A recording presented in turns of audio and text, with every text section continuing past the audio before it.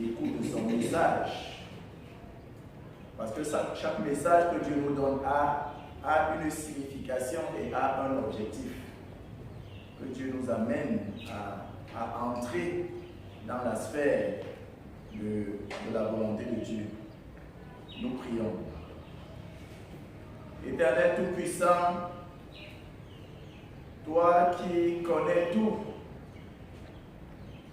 tu as ton plan déjà élaboré et tu l'exécutes, Seigneur, au fur et à mesure que nous voyons venir devant nous les circonstances que tu nous offres. Merci pour ces moments, Seigneur, ces moments où tu voudrais nous parler. Nous prions que s'efface toute chair et que vienne en surface, ô Éternel, ton Esprit Saint, que cet Esprit Saint nous nourrisse dans des cœurs que nous te remettons, Seigneur. Viens déposer ta semence, viens la protéger afin qu'elle produise du fruit et que ce fruit concourt à l'avancement de ton œuvre et à la gloire de ton nom, au nom de Jésus-Christ. Amen. Nous allons parler aujourd'hui de l'offrande. Et en parlant de l'offrande, nous allons particulièrement commencer avec le sujet de la dîme. Quand nous remarquons notre vie, nous remarquons que souvent, financièrement, nous n'allons pas bien. Et l'une des choses que Dieu nous a dites de façon claire, c'est qu'il va nous bénir financièrement en fonction de notre comportement par rapport à ce qu'il nous donne. S'il nous donne et nous ne manifestons pas notre gratitude envers lui en donnant pour son œuvre, si nous donnons peu, il va fermer à la source ce qui devait couler abondamment dans notre vie comme finance. C'est une promesse que Dieu nous a faite. Il a dit que celui qui donne peu, moissonnera peu. Celui qui donne abondamment, moissonnera abondamment. C'est une promesse. C'est une promesse de Dieu. Donc, si nous avons des problèmes de finances, la première des choses que nous devons vérifier, c'est comment nous donnons à Dieu. Il n'est pas question de donner ce que nous n'avons pas. Il est question de donner par rapport à ce que Dieu nous donne.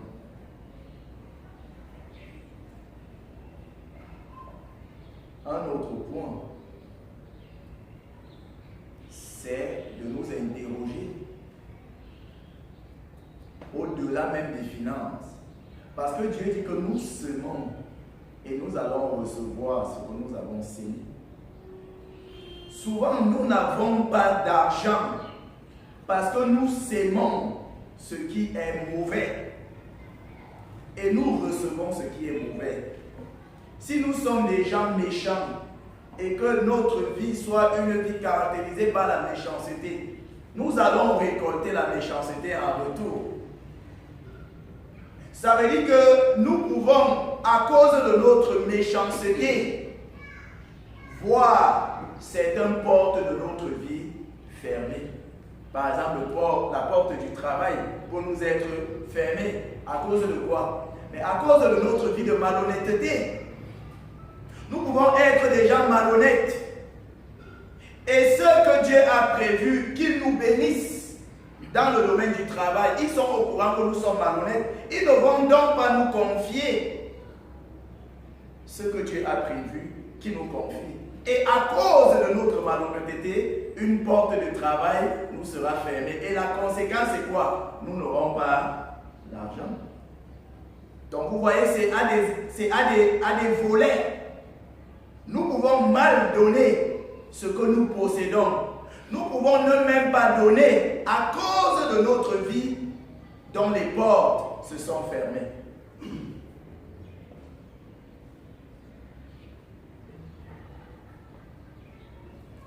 Nous pouvons ne pas être bénis financièrement Parce que notre cœur vise de mauvaises motivations.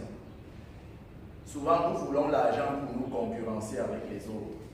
Souvent, nous voulons l'argent et les biens pour nous venger contre les autres. Et Dieu dit qu'à cause de ça, même si nous prenons des jeûnes, même si nous prenons des moments sérieux de prière, nos prières ne seront jamais exaucées. C'est Dieu qui le dit. Vous voyez, ça devient donc délicat. Ça devient très délicat. Nous devons chercher à retrouver où est-ce que notre problème de finances connaît son origine. Nous avons un problème de finances. Pourquoi? Il faut trouver l'origine. Parce que la parole de Dieu dit, de l'autre côté, qu'au sujet de ses enfants, tout ce qu'ils font les réussit. Que ces enfants sont une prospérité qui est toujours élevée. Ils sont bénis. Quand ils dorment même, Dieu s'arrange de les bénir financièrement.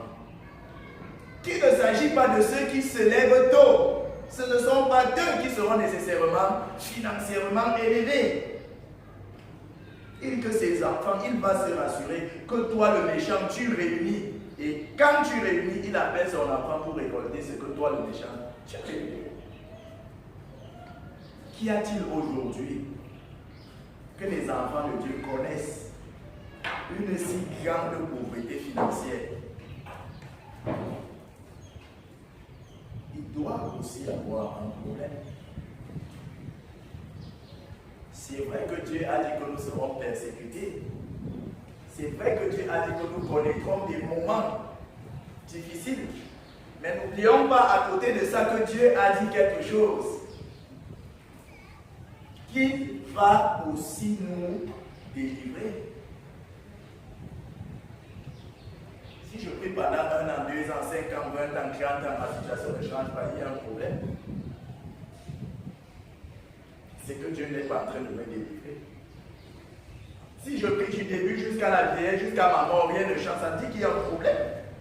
Et nous avons vu ce matin, dans le registre des maladies spirituelles, une des maladies dont les conséquences sont telles que la pauvreté financière. C'est lorsque nous nous rébellons contre Dieu. Nous avons vu les conséquences des rebelles. L'une des conséquences, c'est la pauvreté financière. Où est donc notre problème? Où est lié notre problème? Notre problème financier est lié à quoi? Est-ce que c'est Satan qui combat contre nous? Parce que Dieu a prévu que Satan combatte contre nos finances.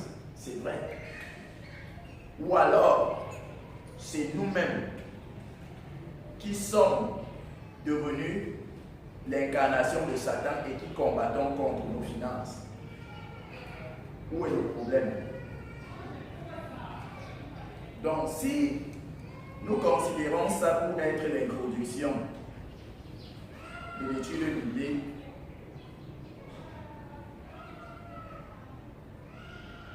les prochains dimanches, puisque le frère Solaire est là et il est supposé passer l'étude ce matin,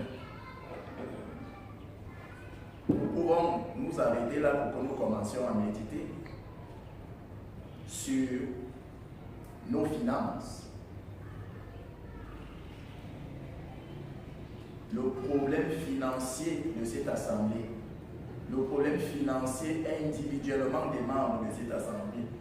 Où est-ce que mon problème financier est lié? Il faut que je commence à méditer parce que Dieu m'a montré aujourd'hui ce qu'il va toucher. Il va toucher Satan parce que Satan bloque. On saura si c'est Satan qui bloque. On saura si c'est à cause de mon injustice que mes finances sont bloquées. Si c'est à cause de ma rébellion contre Dieu que mes finances sont bloquées. Si c'est à cause de mon avarice que mes finances sont bloquées, ma chicheté, que mes finances sont bloquées. Si c'est à cause des mauvaises motivations que j'ai, que mes finances sont bloquées. Dieu va nous aider à voir pourquoi bien des fois nous souffrons financièrement. Et l'objectif de Dieu, c'est bien sûr de nous délivrer.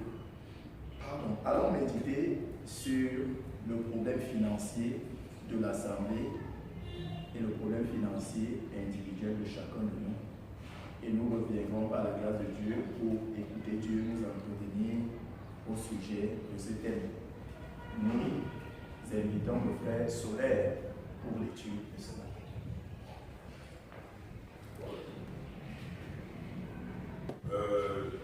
Je rends grâce à Dieu parce qu'il a permis que nous nous retrouvons ici, que nous partageons sa parole et que nous soyons toujours en vie. Tous les jours, quand on ouvre la radio ou la télévision, on apprend qu'il y a des gens qui décèdent du fait de Covid-19. Je voudrais commencer par ça, par ce Covid-19, pour vous dire que je constate que parmi nous, on regarde la manière dont on est disposé, on est assis. On ne prend pas très au sérieux ce que c'est que cette pandémie. Et merci frère, parce que tu as compris qu'il faut rester distant. Quand il y a de l'espace comme ça, vous devez vous arranger à l'exploiter pour garder la distance. On peut encore comprendre que s'il n'y a plus d'espace, les gens puissent être obligés de se serrer. Mais je vois mal pourquoi est-ce qu'il peut y avoir tant d'espace et que les frères continuent à vouloir toujours être proches. C'est que vous aimez beaucoup. C'est l'amour peut-être. Mais faites attention d'observer les distances pour éviter soit de propager la maladie, soit de recevoir. Nous ne pouvons pas servir l'Éternel quand on est malade. On ne peut pas être confusé quand on est malade. On a besoin d'être en bonne santé pour que l'œuvre de Dieu avance. Donc je voudrais prier ceux qui sont alignés là, occuper les espaces ici devant. Voilà un banc ici, c'est très facile. Il y a un autre banc là-bas. Et quand vous rendez compte que quelqu'un est assis devant à droite, si vous vous asseyez derrière, mettez-vous plutôt à l'extrême gauche. Quand vous réalisez que quelqu'un à l'extrême droite, vous mettez à l'autre extrême là. Il faut éviter au maximum cette conduite. Je vais vous dire, si vous faites ça, vous faites preuve d'amour pour votre prochain. Parce que quand vous observez cette distanciation et ces moyens de protection, vous protégez votre frère. Ne croyez pas que parce que vous l'aimez beaucoup, que vous l'observez. J'entends des gens dire que, oh voilà, nous on s'aime toujours en passant nous. Faites attention. Parce que tu peux être un porteur de virus et tu ne fais aucune maladie. Et quand tu vas le transmettre à ton frère, lui peut faire la maladie et mourir. Et toi, tu peux vivre longtemps avec ça. Je ne sais pas si vous comprenez ce que je veux dire. Et tu peux être un porteur. Lorsque je mets mon masque, c'est pour protéger mon frère d'abord. C'est parce que je l'aime. Je veux le protéger. Parce que chaque fois que je parle, il y a des particules qui sortent de ma bouche. Et ces particules-là, les scientifiques ont examiné et sont rendus compte qu'elles peuvent faire autour de 2 mètres. C'est-à-dire quand quelqu'un parle, si quelque chose sort de sa bouche, sur 1,5 mètre, il va tomber. C'est pour ça qu'on dit de garder une distance. Pour que les particules qui sortent de ma bouche ne tombent pas sur vous. Ici, je suis à 3 mètres de frère Simon. C'est pour ça que j'ai enlevé mon masque et j'ai mis de côté, parce que je peux parler. Les particules ne peuvent pas vous atteindre là-bas. Sauf si je fais exprès de pousser ces particules-là vers vous. Donc, et tout vient de là. Lorsque ces particules se posent sur vous, sur votre vêtement, votre main peut passer dessus. Et après, ça se retrouve dans votre bouche, ou dans votre nez, ou dans vos yeux. Et ça commence donc à pénétrer dans votre corps. Donc, portez le masque, lavez-vous les mains, toujours à l'eau courante. Quand je suis arrivé, lavez les mains pour entrer. Et même quand vous entrez, pendant que vous y êtes, faites attention de ne pas trop toucher les choses. Parce que même là, quand je touche comme ça, après je devrais normalement me désinfecter. Parce que sur cette table, d'autres personnes vont passer. Ou alors moi je peux toucher, je dépose quelque chose. Vous comprenez? Et le frère Jocelyn vient lui aussi. Il vient poser ses mains. Il prend ce que j'ai déposé. Et étant assis là-bas, son nez le démange, il commence à mettre sa main dans le nez Et voilà comment le virus va rentrer. Le peuple de Dieu doit rester vivant et en bonne santé. Donc nous devons veiller là-dessus. Si ton frère ne veille pas dessus, rappelle-le-lui. N'ayez pas honte. Rappelez toujours. Il faut qu'on se protège et qu'on protège les autres. Et restez chez vous à la maison. Ne sortez pas pour des choses inutiles. N'irez pas. Ne cherchez pas à rendre des visites aux gens maintenant. Ce n'est pas bon. Restez chez vous. Si vous sortez, c'est pour des choses urgentes. C'est pour votre travail. Et quand vous allez au travail, vous allez pour cette distance. Amen. Je voulais commencer par là, parce qu'à la fin, je vais oublier. Il est important de sensibiliser les gens, même si nous savons que Dieu seul est celui qui tient nos vies et celui qui tient notre santé. Amen. Alors aujourd'hui, je voudrais vous parler de quelque chose qui pour moi, selon moi, est la cause de la pauvreté dans notre communauté. Je parle de l'Église. C'est la cause de la pauvreté et c'est la cause de la mort, c'est la cause du ralentissement de l'œuvre de Dieu. Et je me dis dessus depuis très longtemps et je me suis rendu compte à la vérité que nous avons manqué quelque chose, nous manquons quelque chose en tant que chrétiens ou en tant qu'homme de Dieu dans la mission que Dieu nous a donnée, dans la mission que Jésus-Christ nous a accordée. Et cette chose-là, c'est de prendre soin des faibles. Appelons les faibles, mais moi je les ai déjà appelés ça des pauvres. Alors l'étude biblique ne va pas être très studieuse, mais j'ai rassemblé quelques éléments pour nous permettre un peu de comprendre en réalité combien il était important pour l'apôtre Paul de s'occuper des pauvres, pour les disciples de s'occuper des pauvres, et combien il est important pour l'Église aujourd'hui de s'occuper des pauvres. À chaque fois qu'il y a une crise dans une société, dans une communauté, que ce soit la guerre, le conflit armé, que ce soit une pandémie comme c'est le cas maintenant, c'est-à-dire la maladie, quels sont ceux qui souffrent le plus? Je vais vous rappeler une réponse. Quels sont ceux qui souffrent le plus selon vous? Les pauvres, les faibles, les démunis. Amen. Dans toutes les communautés dans le monde, depuis que le Covid-19 a commencé, vous allez réaliser que les riches, dès qu'on a annoncé le confinement, chacun reste chez lui, les riches n'ont aucun problème à ça. Pour eux, c'est un moment de repos, un moment de. À quelque chose de malheur est bien, pour eux, ils se reposent. Peut-être qu'ils auront un peu des activités qui seront freinées, mais ils ne vont pas souffrir dans le fond. Mais pour les pauvres, qui tous les jours doivent chercher à manger, qui tous les jours doivent sortir, qui tous les jours doivent se battre, cette situation est dangereuse. Parce qu'il y en a qui vont mourir, pas du Covid-19, mais qui vont mourir de famine. Parce qu'ils n'auront plus de revenus. Ils n'auront plus d'argent. Ils n'auront même plus de moyens de se déplacer pour aller chez le riche manger.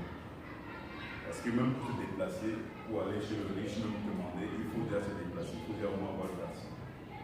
Les gens vont perdre leur travail. Les gens qui vendent dans leur boutique, il n'y a pas de clients. Et puis, ils vont commencer à souffrir. Les pauvres, et ces pauvres-là, moi, depuis que cet événement a commencé, cette année a commencé, ce n'est qu'à ça que je pense. Je me dis, mais si on commence à être confinés, et qu'il y a un confinement total, comment est-ce que les gens vont survivre? Sachant que 80% de personnes camerounaises vivent au jour le jour. Comment vont-ils survivre? Bon, et maintenant, si ces gens ne vont pas survivre facilement, comment le peuple de Dieu que je connais, comment les enfants de Dieu que je connais, comment l'église que je connais, qui est à 99%, pour moi c'est 99%, en 99% fait des pauvres, dont des débrouillards, des gens qui vivent au jour le jour. Comment cette église-là va survivre? Alors j'ai commencé à me poser des questions, je me suis demandé, est-ce que dans l'histoire de l'église, telle que racontée dans la Bible, les apôtres ont fait face à ce genre de situation? Est-ce que les chrétiens ont eu ce genre de problème par le passé? Et la Bible nous enseigne que oui. Les chrétiens ont eu ce genre de situation et les disciples ont trouvé des moyens de pouvoir faire face à ça. Je qu'on ouvre notre Bible dans 1 Corinthiens chapitre 16, verset 1.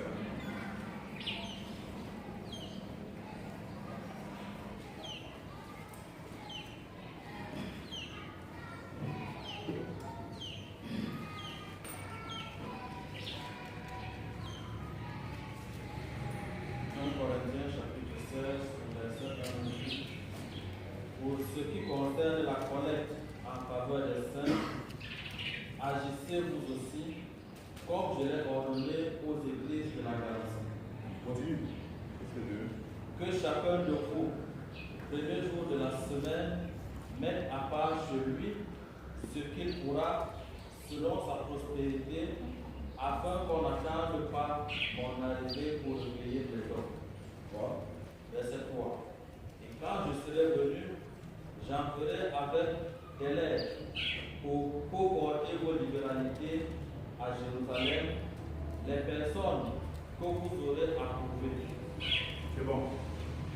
Retenez ce terme, Jérusalem. Jérusalem.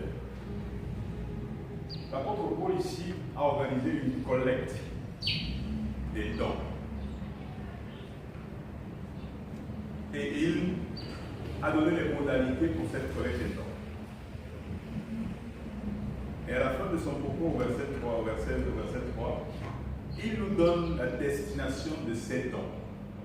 Il nous dit qu'il va collecter les dons que vous-même vous aurez mis de côté. D'accord? Et il va les cheminer où? À Jérusalem. Pourquoi à Jérusalem? Pourquoi chemine-t-il cela à Jérusalem? Pourquoi? Parce que à cette époque-là, il y avait une grande famille qui sévissait. On doit être dans les années 40, les années 40 à 50, si je m'abuse, je n'ai pas la précision, mais on est dans les années 40.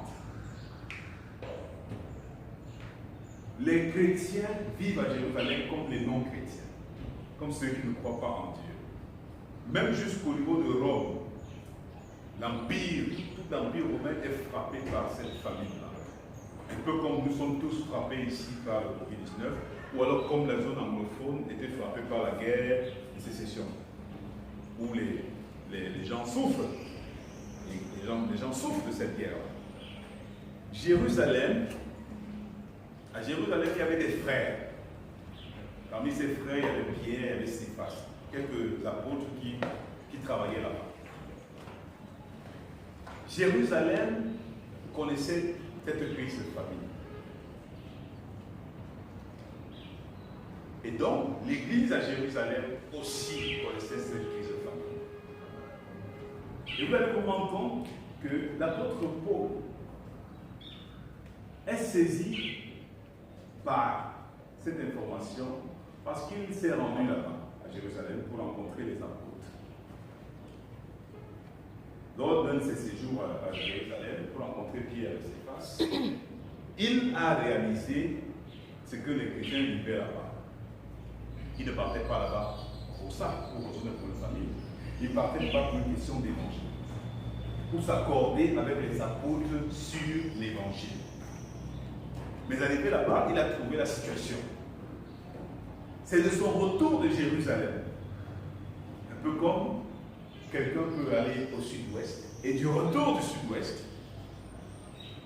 il comprend qu'il est nécessaire d'apporter du soutien aux frères qui sont restés là-bas. Alors on peut dans Galates chapitre 2.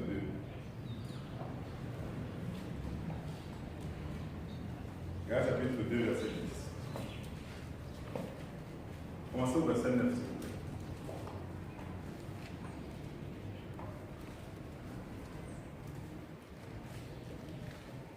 Galates chapitre 2, verset 9. Et ayant reconnu la grâce qui m'avait été accordée, Jacques, Céphas et Jean, qui sont regardés comme des colonnes, me donnèrent à moi et à Barnabas la main d'association, afin que nous allassions, nous, vers les païens et eux vers les circoncis. Verset 10. Ils nous recommandèrent seulement de nous souvenir des pauvres, ce que j'ai bien eu soin de faire. Ok, reviens au chapitre 2, verset 1. Dans le chapitre 2, Verset 1. Normalement, c'est mon frère, verset 1. 14 ans après, je montai de nouveau à Jérusalem avec Barnabas, ayant aussi pris Tite avec moi. Ok, continue. Verset 2. Et ce fut d'après une révélation que j'y montai. Je leur exposai l'évangile que je prêche parmi les païens. Je l'exposai en particulier à ceux qui sont les plus considérés, afin de ne pas courir ou avoir couru en vain. Très bien, merci. Donc Pierre, 14 ans après le commencement de sa mission évangélique, il se rend à Jérusalem où se trouvent ceux que lui considère comme les plus considérés dans la mission. Paul, il se rend là-bas. Et quels sont ces plus considérés dont il parle? Il y a Pierre, ici Pierre, ici Céphas, qui pour lui sont des apôtres, des disciples très considérés dans la foi chrétienne. Paul va à Jérusalem pourquoi? Parce qu'il veut s'accorder avec comme le frère Prosper, qui est à Saint-Méliman, qui est en train d'évangéliser, faire un travail. Peut dire donc qu'il vient à Yaoundé pour rencontrer les hommes de Dieu ici, pour s'accorder sur qu'est-ce qu'il enseigne véritablement. Amen. Lorsque Paul arrive à Jérusalem, donc, il a fini de s'entretenir avec les disciples, avec les apôtres. Et les apôtres lui ont dit, ok, entendons-nous maintenant. Toi, tu vas prêcher aux païens, hein? Nous, aux incirconcis, nous, on va prêcher aux... Ils se sont organisés. Mais, la dernière chose qu'il dit à Paul, avant qu'il parte, il lui recommande de se souvenir des pauvres. Pourquoi? Parce qu'en cette période-là, justement, la famine était en train de battre son plein. Et ceux qui souffraient le plus, c'était les pauvres. C'était les pauvres. Ceux qui n'étaient pas. Les pauvres, c'est quoi? Les pauvres, on définit le pauvre là. C'est pas le fait que quelqu'un soit complètement démuni, qu'il n'ait pas les moyens de subvenir aux besoins primaires, les besoins les plus importants. Voilà ce qu'on appelle un pauvre. Pauvre, celui qui n'a pas. Pauvre, celui qui est démuni. Pauvre, celui qui ne peut pas se prendre en charge lui-même. Pauvre, celui qui est affaibli. Alors, il y a des gens qui sont affaiblis par des situations spontanées et circonstancielles. La famille était une situation circonstancielle. Tout le monde combattait contre la famille. Mais il y en avait qui étaient affaiblis par cette situation. D'autres ne l'étaient pas, même si la situation de famine avait réduit leur train de vie, mais tous n'étaient pas affaiblis.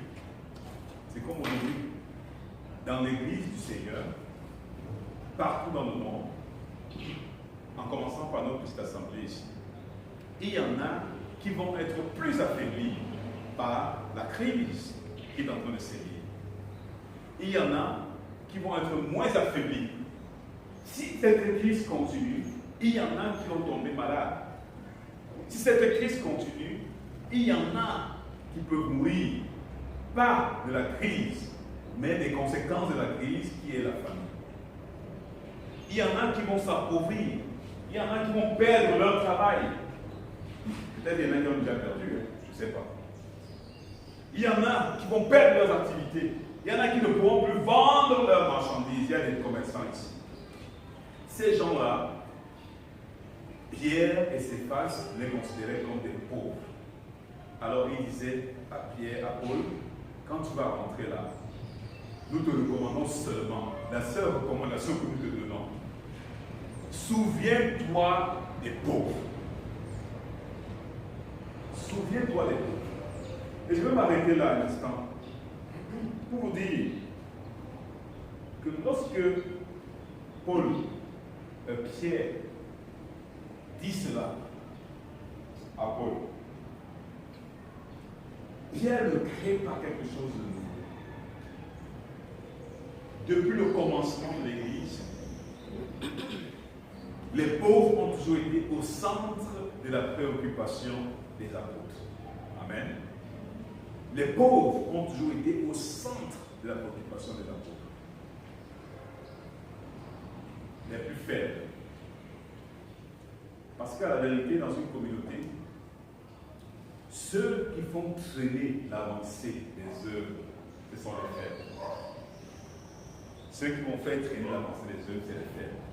Si vous êtes en guerre avec des gens, et que parmi vous, il y a quelqu'un qui est affaibli par la maladie, il va faire traîner votre combat. Vous êtes d'accord? Ce faible-là va être un caillou dans vos chaussures. Alors, si vous ne vous retournez pas, vous soldats, pour le mettre sur pied, hein, il y a deux choses. Soit vous l'abandonnez. C'est un concept militaire qui dit que quand c'est comme ça, là, vous le tuez même. C'est mieux qu'il soit mort que d'être avec vous, parce qu'il va vous empêcher d'avancer plus vite. Alors, pour subvenir, pour essayer de subvenir à ce point, l'Église au 1er siècle a mis sur pied un système de partage équitable des revenus.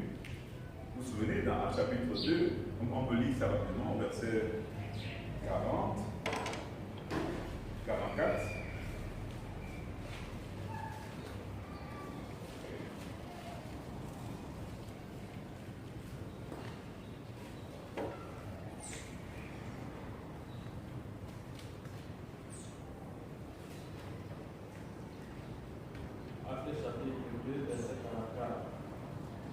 Tous ceux qui croyaient étaient dans le même lieu et ils avaient tout en commun. Ils vendaient leurs propriétés et leurs biens et ils en partageaient le produit entre tous selon les besoins de chacun. Amen. Pourquoi est-ce que les disciples avaient besoin de mettre ce système en place? Si ce n'était parce qu'il y avait des faibles parmi eux. Pourquoi est-ce qu'ils soient obligés de mettre un système d'égalité s'il n'y avait pas un problème? Il y avait un problème, c'est que parmi eux, il y en avait qui avaient beaucoup plus. Et puis, il y en avait qui n'avaient pas. Et donc, pour que la communauté soit forte, je vais vous dire, les premiers chrétiens rencontraient également l'adversité en face. Ils avaient affaire à des systèmes de gouvernance qui ne voulaient pas entendre parler du christianisme. Alors ils devaient faire face à tout ça. Les chrétiens avaient un problème d'épanouissement. Et donc, certains étaient affaiblis dans ce système-là. C'est comme aujourd'hui, beaucoup de chrétiens ne peuvent pas travailler parce qu'ils sont chrétiens. Il y a des endroits où si vous êtes chrétien, si on sait que vous êtes chrétien, on vous vit. Moi, j'ai raté un marché, quelqu'un m'a dit qu'avant que c'était en fait ton église là qui te tue. Ta prière que tu pries tous les jours, là, ça qui te tue. Quand il m'a dit ça, tu as passé le commencement. Quelque temps après, j'ai eu une succession de déboires. À la fin, j'ai perdu mon marché dans un ministère. Mais il avait déjà dit. Hein, vous comprenez? Donc, nous qui avons choisi de servir le Seigneur, nous qui avons choisi de servir l'Éternel, nous allons rencontrer des difficultés qui peuvent nous rendre pauvres. On va rencontrer des difficultés qui peuvent nous rendre faibles, qui peuvent nous rendre malades. Sans compter les attaques expresses de l'ennemi qui sont destinées à nous affaiblir. Un frère solaire en bonne santé, avec des moyens, peut être dangereux pour le royaume de l'ennemi, plus qu'un frère solaire qui est malade tout le temps couché, hein, et qui utilise tout son argent pour acheter un médicament. Vous comprenez un peu? Un frère Simon sur ses jambes est plus efficace, plus dangereux qu'un frère Simon qui ne voit plus. Hein? Qui a les yeux fermés, qui est tout le temps en train de dire qu'il part en Europe pour aller se faire opérer, il part en Europe pour aller faire les pansements, il a l'hôpital à gauche, il a l'hôpital à droite, ainsi. Est-ce que ça ne réduit pas l'activité évangélique? Ça réduit l'activité évangélique. Ou alors un frère Simon qui tout le temps est en train de réfléchir, quand ses enfants vont manger le matin, qu'est-ce qu'ils vont manger après? Et en train de se dire, est-ce qu'il ne faut même pas que j'aille d'abord faire même le travail quelque part, que je sois m'embaucher dans une entreprise? Je laisse d'abord un peu l'évangile pour travailler. La pauvreté, les disciples ont compris que le meilleur moyen de rendre l'œuvre de Christ efficace, c'est d'abord de combattre la pauvreté. Amen. Le meilleur moyen, et moi je valide ça à 100% par rapport à mes expériences, le meilleur moyen pour qu'une communauté grandisse rapidement et qu'elle soit forte, c'est qu'elle se retourne sur elle-même pour combattre la pauvreté. Et les apôtres avaient trouvé une solution. C'était le communautarisme. Personne n'a à l'excès, personne ne manque de rien. C'est un système égalitaire, en réalité, qu'ils ont mis en place. Donc à l'église, tu ne pouvais pas trouver quelqu'un qui manquait de quoi manger. 1, 2, 3 jours. Il y a des frères qui peuvent faire 2 jours sans manger. Malheureusement aujourd'hui. Mais qui sont frères, ils sont parmi nous. Ils sont chrétiens, nés de nouveau. Ils appartiennent à une grande communauté, à l'église du grand Dieu, créateur de l'univers. Est-ce que vous pouvez imaginer ça? Est-ce que vous savez que le diable tout le temps pointe du doigt ce système et leur dit que vous voyez, vous avez fait 2, 3 jours sans manger, pourtant vous dites que vous appartenez à l'église de Dieu. Hein? Venez dans ma part, vous verrez que vous ne passerez pas 1 jour sans manger. Il y a un frère qui a fait le témoignage ici.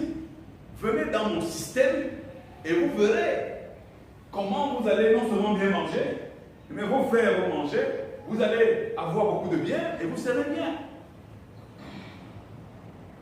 Alors, l'ennemi a compris que la meilleure façon de détruire l'Église, c'est de créer un système de solidarité qui fait en sorte que les membres de son temple ou de son royaume soient tous en bonne santé, en parfaite santé et soient toujours bien portants.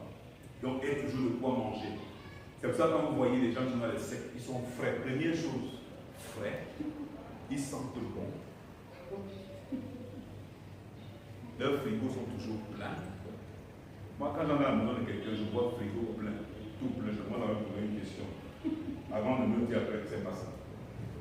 Quand j'en ai à la maison de quelqu'un, surtout un jeune qui n'est pas encore atteint 30 ans, je ne dis pas que c'est un peu devenir, oui, il peut devenir, mais quand moi j'en veux pas de moi, je ne dis pas que faites ça. Quand j'en ai à la maison d'un jeune, comme vous pouvez dire là, je trouve le frigo plein pour 1 semaine, 2 semaines, on est au Cameroun, on n'est pas en Europe. 1 semaine, 2 semaines, 3 semaines, il a déjà tout. Je trouve le parking, belle voiture. J'entre dans la douche, je trouve les parfums alignés. Il y a le parfum pour le pied, les orteils, le parfum pour les oreilles, le parfum pour les cheveux. Il y a le parfum, il y a les culottes. Les chaussures sont là, comme ça. Là. Dès que, on a un témoin, un frère ici qui est témoin. Dès que tu entres dans ce genre de maison, moi je me pose d'abord une question d'abord. À quoi tu appartiens? Parce que nous tous sommes vieux au Cameroun, on connaît la condition africaine. Vous comprenez ça? Alors, c'est pour vous dire que l'univers de Satan a pensé que la meilleure des choses pour être efficace dans sa conquête du monde, c'est de lutter contre la pauvreté autour d'eux. Donc de faire en sorte que tous ses agents, tous ses membres, tous ses fidèles, tous ceux qui l'adorent, soient en bonne santé, et de quoi manger, ne commandent jamais, et de bons postes, ainsi de suite. Mais vous croyez qu'ils ont pris ça? C'est dans la Bible. Les apôtres avaient ce système-là. Les apôtres, rien n'est nouveau. Les apôtres au 1er siècle ont créé un environnement qui permet à ce que, en dehors de la connaissance de la parole, chaque chrétien ne manque de rien. C'était un système égalitaire. On va encore lire un passage qui prouve ce que je viens de vous dire là, sur le fait que c'était un principe qui était cher aux disciples. Et lorsque Paul revient de Jérusalem, il commence à enseigner ça dans ses lettres. Parce que la pauvreté, la famine qui est là-bas, peut aussi venir vers eux demain. Il faut donc que l'Église comprenne. C'est ainsi qu'il parle de soutenir les faibles. Il fait tout un discours sur le système de soutien aux faibles. Lisons un peu 2 Corinthiens chapitre 8, verset 13.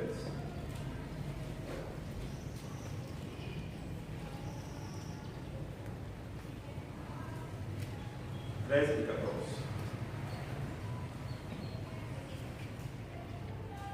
J'espère que ceux qui sont des anglophones me comprennent bien. Ça va? Ok.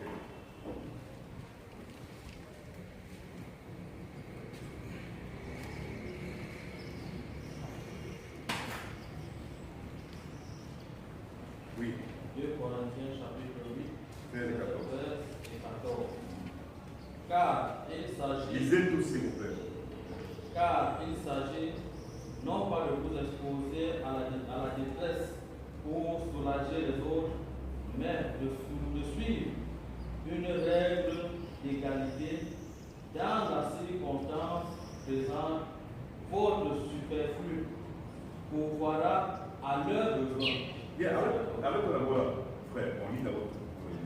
Verset 14. Afin que leur superflu pourvoie pareillement au vôtre, en sorte qu'il y ait égalité. Livre du 15. Verset 15.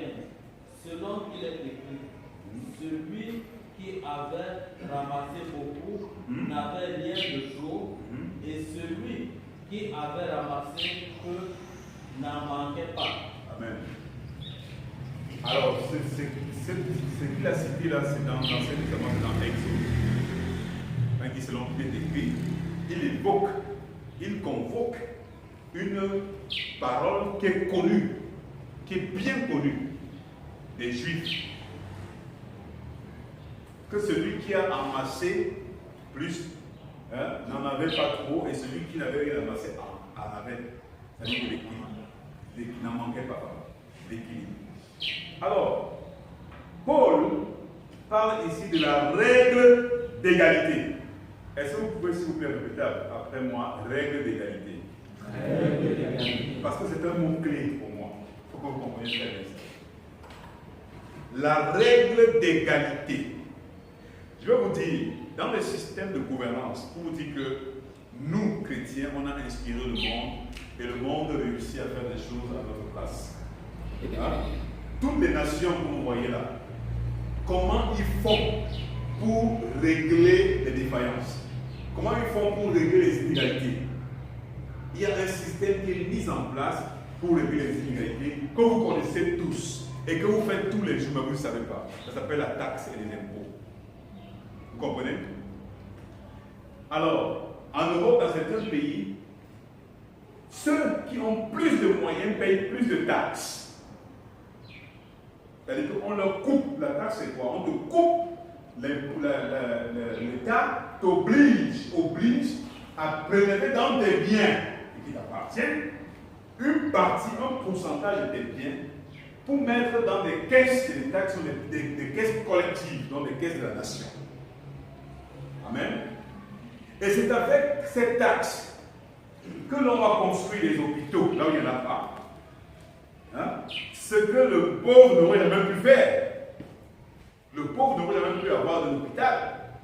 Et le riche pouvait se déplacer même par avion pour aller se faire soigner là où il veut. C'est avec cet argent de taxes qu'on construit des écoles, qu'on appelle écoles publiques. Écoles publiques. C'est-à-dire qu'on donne des facilités aux pauvres de pouvoir atteindre un niveau de vie acceptable par rapport à ceux qui sont très riches. C'est pour cela que dans les quartiers pauvres, vous allez voir un jour, on vient mettre la route. On vient vous donner la route. On vient vous donner la route. Ce sont les taxes qu'on a collectées. moi je paye moins de taxes qu'un autre frère qui gagne beaucoup plus que moi. C'est une règle d'égalité. On prend chez les pauvres. Il y a même des gens qui ont gagné l'élection en France parce qu'ils ont mis ça en avant. Ils ont dit, si vous me mettez au pouvoir, je vais prendre plus d'argent sur les riches. On va élever les impôts des riches. Et les pauvres ont dit, oui, on te vote. On va élever les impôts des riches et puis on va baisser les impôts des pauvres. Ceux qui ont des revenus moindres ne paieront pas beaucoup de taxes. Ceux qui ont des revenus très élevés paieront beaucoup de taxes. La règle est l'équilibre. Alors, ce n'est pas nouveau. Christ avait pensé ça pour son Église. Les apôtres auraient déjà organisé cette règle d'égalité. Et cette règle d'égalité consiste à ce que ton superflu, le superflu en français, superfluous. Pareil, Non, le superflu. Hésite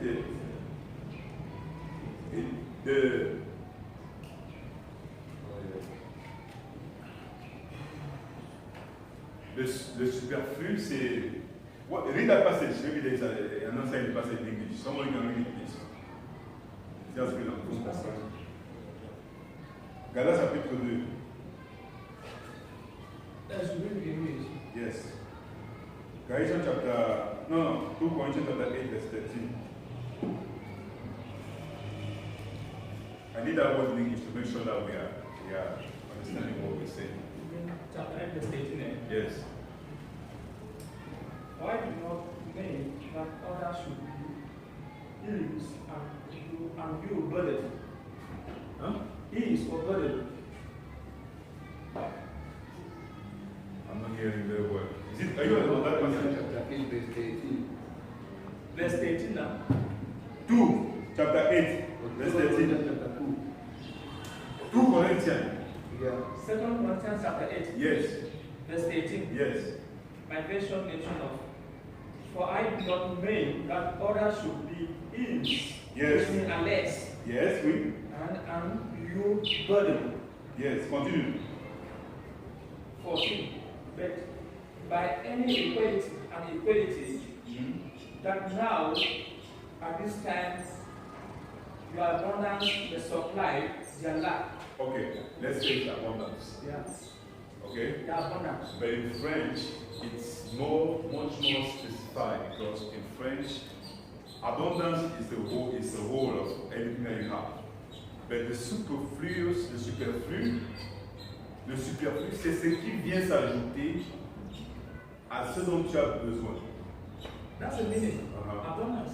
C'est à ce dont tu as besoin. Donc, tu as besoin de 2 kilos de riz pour manger. Ok? Dieu t'a béni, tu en as 4 ou tu en as 5. Tu as besoin de, dans le calcul simple, tu as besoin de 2 kilos. Dieu t'en donne 5 kilos.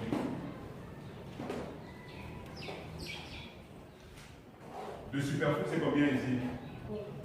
3 kilos. Bien, voilà ce que c'est un abdomen faisant. Tu manges les 2 kilos et 3 kilos, tu pars marcher une fois avec, tu vends. Tu prends l'argent, tu t'achètes une belle chaussure. Vous comprenez un peu le sens du principe d'égalité? Vous voyez un peu comment est-ce que nous péchons? Il dit que Paul dit que se souvenir des pauvres, ce n'est pas que tu vas prendre les 2 kilos qui doivent te faire manger pour aller donner aux pauvres. Même si dans la Bible, on a un exemple de quelqu'un qui a pris ses miettes pour donner. Là-bas, c'était un cas exceptionnel de foi que les apôtres, que Jésus-Christ a beaucoup admiré. Amen. Mais il explique que l'essentiel, ni de lui, ni Paul, ni les Pierre et les autres, ce n'est pas que tu prennes les 2 kilos dont tu as besoin. Allez, avec 2 kilos, tu ne meurs pas de faim. Avec 2 kilos, tes enfants ne meurent pas de faim. Ce n'est pas que tu prends ça, tu vas donner au frère solaire. Pour que après tes enfants meurent de faim. Est-ce que ça va résoudre le problème? Tu auras créer une autre pauvreté. C'est-à-dire qu'en réalité, tu vas sauver un autre et tu vas créer un autre besoin. Mais le principe, c'est quoi? L'égalité. La règle d'égalité, vous avez bien cette phrase, c'est que le surplus des 5 kilos dans les 3 kilos, que ces 3 kilos-là servent à aider celui qui n'a même pas 1 kilo. Alors, qu'est-ce qui se passe dans l'Église? C'est qu'au fur et à mesure que le temps passe, l'Église a perdu ce principe d'égalité. L'Église a perdu. Et aujourd'hui, donc, dans l'Église, on a des gens qui ont les 10 kilos, 15, 25 kilos, alors qu'ils ont besoin de 2 kilos. Et quand le Seigneur te donne, pour eux, le 2 kilos, il te donne 5 kilos, tu penses à quoi? Quand il te bénit comme ça, là, vous pensez que c'est pourquoi? Est-ce que le Seigneur a un intérêt à vous voir dans l'abondance, dans la surabondance? Qu'est-ce que ça profite au royaume des cieux que toi, tu sois dans l'abondance, dans la surabondance? Parce que beaucoup de gens utilisent des passages qui sont réels pour dire que non, le Seigneur nous met dans l'abondance, l'abondance. Mais réfléchissons un peu, méditons un peu. Qu'est-ce que cela profite à Dieu que toi, frère, tu te lèves le matin, tu regardes ton domaine comme ça là, au lieu d'une chambre, un salon, encore même une chambre, un salon, c'est même beaucoup. Pour une personne. C'est une chambre qui te va, c'est pas une chambre, un salon. Mais oui, prends la chambre, prends ta chambre là, 2 personnes peuvent vivre dedans. Et bien. Bon, disons, au lieu d'une chambre, un salon, pour toi, tu as un domaine. Tu te lèves, tu vas dans ton domaine. Il y a l'espace, il y a des hectares. Tu regardes. Tu es dans ton magasin, ton grenier, à manger pour 25 ans. Dans ton compte bancaire, alors, même si Covid-19 fait même 40 ans, tu vis. Qu'est-ce que ça rapporte au royaume des cieux que tu sois comme ça? Amen. Je pense que Dieu peut te mettre dans l'abondance. Mais il a prévu encore à servir dans l'abondance. Amen. C'est une mauvaise nouvelle. Beaucoup n'aiment pas entendre ça. Beaucoup n'aiment pas entendre ça. Mais bien aimé, je peux te garantir que si tu pries tous les jours, tu évites de faire une sorte de péché. Tu ne connais pas la fornication, tu ne mens pas, tu ne fais rien de tout ça. Et tu vis dans cette condition, tu es désagréable dans les yeux de Dieu. J'en suis convaincu. Si tu vis chez toi, ça c'est le plus grand niveau que j'ai évoqué, c'est-à-dire l'abondance, des grands là, et ainsi de suite. Alors au petit niveau, parce que tu peux être dans l'abondance là où tu es assis là. Amen. Et il y en a qui le sont. Mais comme on parle d'abondance, tu vois seulement les photos du corps, tu vois les plans. Tu vas même dire que ça concerne le frère Simon, ça ne concerne pas. C'est comme ça qu'on nous pensons. Pourtant, même à ton petit niveau, tu peux être dans l'abondance. Tu peux être dans l'abondance de l'instant. Or, il s'agissait de l'instant quand l'apôtre Paul collectait l'argent. Est-ce que la situation de famille était une situation qui avait perduré? Hein? C'était circonstanciel. Il s'agissait de circonstances. Donc, dans cette circonstance précise, mon frère, tu peux te retrouver avec 25 000 francs sur toi à la maison. Et avec 25 000 francs, tu as de quoi manger, peut-être même pour 2-3 jours. Mais le frère qui, là où il est là, il aura besoin seulement de 1000 francs pour pouvoir manger bien et dormir. Amen. Le frère Bertrand a besoin de 2000. Alors si toi qui es dans l'abondance, toi qui es dans les temps d'abondance, tu te souviens donc que nous vivons une période de crise. Maintenant il y a Covid-19, il y a beaucoup de mes frères qui n'ont pas de quoi manger. Il y a beaucoup qui n'ont pas ceci. Et que Dieu t'a béni là de 25 000 francs. Tu prends d'abord les 2 kilos de riz, tout ce qui doit pouvoir suffit à des enfants. Quand il dit suffit à des enfants, 2 kilos, parce que quelqu'un peut même prendre 25 kilos, mais ça suffit à ses enfants. Une seule peut m'aider à faire les calculs de 5 000. Quel genre de gens on peut acheter? Quel genre de poisson? Le saumon. Quel genre d'huile? Dior. Il y a des huiles importées. 25 000 est déjà bouffé là tout de suite, ça va. Pourtant, tu n'as pas besoin de saumon pour avoir des vitamines là. Tu as besoin de viande. Ça a les mêmes vitamines, protéines, assurées. Hein? C'est combien? 300. Alors, si tu te souviens donc que nous sommes en période de crise, nous sommes en situation difficile, et que là où je suis, là, il peut y avoir quelqu'un qui ne peut même pas sortir pour travailler, parce que son entreprise a fermé. Il peut y avoir un frère. Est-ce qu'il y a des frères ici qui ont perdu le travail à cause du Covid? Il y en a. À tout le monde reste son travail. Amen. Dieu nous aime beaucoup. Mais ailleurs, je vous assure que beaucoup ont perdu leur travail, j'en connais. Mais c'est une grâce, mais je rends grâce à Dieu, vraiment, je vous dis. Parce que c'était une préoccupation au moment. Hein? Pardon? Quoi?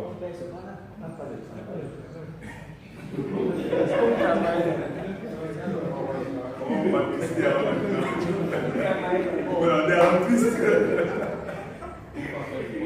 Mais c'est vrai, on perd parce qu'on n'a pas en plus. Alors, dans la situation de chômage où on était, c'était déjà compliqué, non? Hein? Alors, est-ce que maintenant c'est plus compliqué? Hein? J'ai l'impression que c'est pas chaud sur vous. Hein? Dieu m'a inspiré ce passage parce que c'est chaud. Moi, je sens comment c'est chaud. Et je me suis dit, vraiment, il faut que je ramène l'enseignement de l'apôtre Paul ici. Donc, si ce n'est pas chaud pour vous, mon message n'est pas approprié. Ce n'est pas ici. Peut-être ça dit, ça m'est marqué ça. C'est pas chaud ici. Hein? Parce que déjà, je crois que c'est. En fait, on est bien, en fait. Dieu nous a beaucoup béni. Maintenant, comme Dieu nous a beaucoup béni, on va penser à ça maintenant. Amen. Amen. Parce que c'est de ça qu'il est question. Si donc, ici, là, entre nous, on se rend compte qu'on est déjà, on n'est pas concerné, alors le passage s'applique maintenant pour les autres. Parce que l'apôtre Paul allait à Galate, à Corinthiens. Ce n'était pas pour Galate, c'était pas pour Corinthe, c'était pour Jérusalem. Bref, mes frères, je voudrais attirer votre attention par cette étude pour dire que toutes les nations sont en train de créer ce qu'ils appellent des fonds de solidarité. C'est pour faire quoi? C'est pour se tenir les mains. Parce que ce qui se passe, pour l'instant, vous riez. Bientôt, les gens auront même peur de rire. Parce que tu vas vouloir rire, tu ne vas pas pouvoir rire. Parce que la galère, toi déjà tellement rangé que même le rire sort. À l'heure actuelle au Kenya, j'ai eu des nouvelles qu'il y a des Camerounais là-bas qui crient pour demander de l'aide parce qu'on a tout fermé. Et ils ne peuvent plus travailler, ils n'ont plus à manger. Ils ont envoyé, dans mon émission radio, j'ai reçu le président de la diaspora kenyane, qui a envoyé un cri à Yaoundé sur ma radio pour que le gouvernement pense à eux. Si à ce niveau-là, les gens commencent à prier, vous pensez pas arriver à l'église.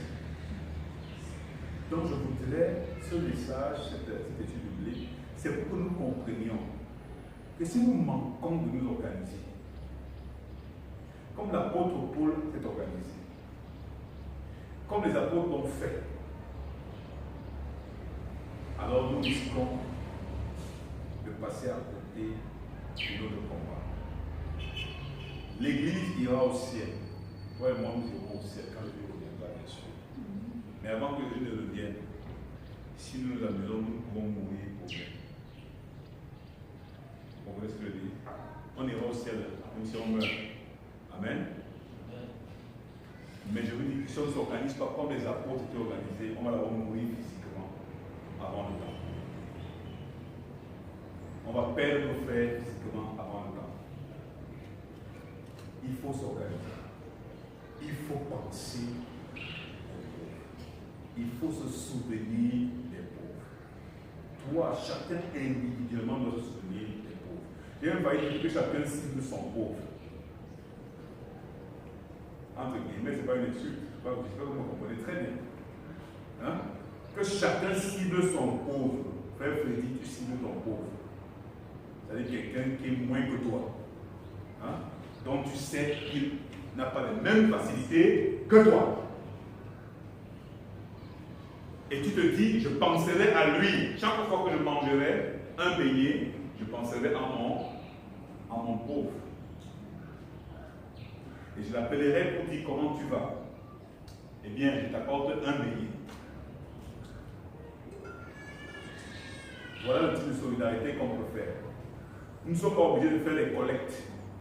Parce que les collectes, même encore, on pose le problème de la distribution. Vous avez vu, Paul était obligé d'envoyer l'argent avec des personnes qu'on garantit. Des personnes pour cautionner. C'est une question de transparence. C'est aussi un souci. Parce que vous pouvez collecter l'argent pour dire que fonds de solidarité chrétienne. Au moment de partage, quelqu'un dit qu'on avait donné à la sœur, l'autre beaucoup, on m'a donné petit. Que chacun pense. C'est un concept la règle d'égalité nous concerne d'abord individuellement. Et l'apôtre Paul dit très bien que ce n'est pas pour rendre pauvre. Quand tu manges, pense à ton voisin, à ton frère. Quand tu as un peu, pense à ton frère. Et que le frère aussi qui n'a pas, signale son état. Signalez. Si vous ne signalez pas, vous faites du mal, vous allez faire du mal à l'église. Puisque quand ça va être mauvais, hein, c'est toujours l'église qui va venir, n'est-ce pas? Tu ne signales pas maintenant quand tu n'arrives pas à manger un béni. Le jour, à cause de la famille, tu as attrapé le béri-béri, ou bien une maladie comme le poids au corps. Bref, une maladie grave. On va t'amener à l'hôpital, on va commencer à faire les collectes de fonds dans les églises que, oh, il y a un frère qui veut mourir à l'hôpital, ainsi de suite. Ça va être plus pénible que de t'avoir envoyé un kilo de riz. Donc j'exhorte l'Assemblée, les chrétiens, à penser. Cela impose une chose, cela nous rappelle, et je vous dis parfois, je dis que le Covid-19 nous ramène à l'humanité. Parce que je vois des choses, ce n'est pas dans les nations, qui n'étaient plus possibles. Rien ne se regardait même plus comme des hommes, des êtres humains. Maintenant, voilà quelque chose qui... La guerre ne fait rien. Parce que la guerre, le riche veut dire qu'il achète des armes, il donne aux gens dans toute sa maison, on protège sa maison, on fait la guerre, alors personne n'en sait. Mais le Covid-19 ne connaît pas le riche, il ne connaît pas le pauvre. Du coup, je vois dans le monde un genre de solidarité qui était perdu. Vous voyez des gens, des dons, des gens qui se ramènent. Puisque quelqu'un se dit, il y a un monsieur qui a dit, si je ne donne pas tous mes biens maintenant et que le Covid-19 me prend, je fais quoi aussi? Mieux, tu as eu ça pour aider. Si j'ai eu l'occasion que Dieu sourit, après que j'ai fait tout le mal que j'ai fait sur la terre pour avoir l'argent, mieux je donne l'argent, je donne le fait de don aux gens. C'est qu'un riche part, un chien riche à lui. Il est temps de plaire à Dieu en utilisant mon argent sale, hein, pour faire des bonnes œuvres. Donc, cela doit nous permettre aussi, nous, à penser à la solidarité, qui nous a manqué à l'Église pendant très longtemps. Les chrétiens, l'Église du Christ, les chrétiens manquent de solidarité. Le principe d'égalité, qui est le fondement d'une vie en communauté, a manqué à l'Église depuis longtemps. Il est temps que nous commençons à cultiver ça. On cultive ça pour faire face à toute situation qui est aujourd'hui, demain ou après-demain. C'est le lieu de profiter de ce qui arrive pour créer ce principe de solidarité. Les sœurs sont des championnes dans la solidarité. Voici le moment. Voici le moment de mystère des sœurs. Voici le moment d'organiser la solidarité. Parce que vous connaissez l'église plus que nous tous. Et ce n'est pas seulement avec l'église, dans toute société, les femmes connaissent mieux plus que les hommes, la communauté. Même dans ta propre famille, tu ne peux pas connaître tout le monde, mais les femmes connaissent la majorité des gens dans la famille. Parce que les femmes sont dynamiques, les femmes sont naturellement ouvertes. Il faut que ceux qui ont un peu pensent à ceux qui n'en ont pas. Et je vais revenir plus tard sur ce principe d'égalité plus profondément, mais en fait, ce n'était pas une étude biblique, c'était un message qui pouvait passer à travers cet enseignement. Le message, c'est que nous devons prendre en main. N'attendons pas qu'un jour on vous dit que Samuel doit apporter les dons là-bas, les chrétiens sortent aussi pour aller chercher les dons que Samuel et tout. Comme si dans l'église, nous-mêmes, on doit penser à un système de solidarité. N'attendons pas l'État comme si on n'est pas une communauté. On est une nation. L'église est une nation. L'État a déjà bien fait de nous aider à nous communiquer les mesures barrières, on ne savait pas. Hein? Il a jeté nos taxes, nos impôts pour payer les scientifiques qui ont réfléchi sur comment combattre la maladie. Maintenant, nous-mêmes, qu'est-ce qu'on fait? On vient ici, on s'assoit à distance, on rentre. Chacun prend la position de distance, après il rentre. Quelqu'un met le cache-nez et il rentre, ainsi de suite. Ça pour que vous compreniez même comment les gens vivent dans cette condition. Attaquer cette situation par fond, par le piège que le diable peut nous tendre à cette situation. Le piège de la dispersion. L'ennemi recherche la dispersion. Et ce sera vraiment possible s'il n'y a pas une solidarité. Cette dispersion va être facile. C'est bientôt, nos chrétiens demandons de l'aide dans le repas. Ils vont tomber dans le double piège de Satan. Vous suivez? Personne ne peut être dans une situation de survie, il ne demande pas de l'aide. Personne. Voyez-moi. Personne. Si une femme se retrouve avec son enfant, on va manger pendant 4 jours, elle voit l'enfant mourir. N'importe quelle question que tu vas lui faire pour sauver l'enfant, elle va faire. Vous comprenez? Elle va le faire. Elle va céder. Parce qu'aucune femme ne peut voir mourir son enfant. Comme nous sommes, aucune femme normale ne peut voir mourir son enfant. Et si nous, en tant qu'Église, nous savons cela, prenons les mesures, nous n'arrivons pas à nos chrétiens. Prenons des mesures, nous n'arrivons pas à nos frères, à nos sœurs. Veillons sur eux et organisons notre riposte, est une riposte de solidarité. Et pour commencer, il faut se souvenir des pauvres. L'apôtre Paul dit qu'en le faisant, eux aussi vont faire la même chose. Parce qu'il dit que l'abondance, quand vous le faites, vous créez un engrenage. C'est un engrenage en fait. Faites-moi encore le dernier passage de Galates chapitre 2 Corinthiens. C'est un engrenage en fait qui va se passer. Il y a un retour de l'ascenseur, c'est que ça se passe comme ça. C'est vrai qu'il y a des bandits, comme Ananias et Saphira, qui peuvent vouloir profiter, utiliser leur intelligence pour doubler, pour tromper, pour faire machin. Mais on ne peut pas se baser sur des petits bandits pour penser une stratégie de solidarité. Non, ils existent, ils vont faire leur travail. Ils vont recevoir des récompenses. On ne peut pas se baser sur le fait que quelqu'un peut me déclarer qu'il a faim, il n'a pas faim. On ne peut pas se baser les gens pour se décourager. Ça peut être des blocages dans l'esprit des gens que vous lui donnez. Est-ce qu'il a même faim? Hein? Alors, le plus important pour nous, c'est que si sur 4 personnes à qui on a donné, parce que de bonne foi nous savions que nous venions au secours à quelqu'un qui avait faim, si sur les 4 là, il y a un seul qui est vrai, n'est-ce pas? On aura rempli notre mission. Et ça va porter des fruits. Mais chez les autres qui sont des bandits, on aura passé l'enseignement. Oui, il a la préparation. 2 Corinthiens chapitre 8, à partir du verset 13. Nous allons voir verset 14. Afin que leur superflu pourvoie pareillement au vôtre. Bon. Notre superflu pourvoir à leurs besoins. Mon superflu pourvoit ton besoin. Tu vois? Et afin que quoi? Ton superflu aussi pourvoit pas à mes besoins. Écoutez-moi bien.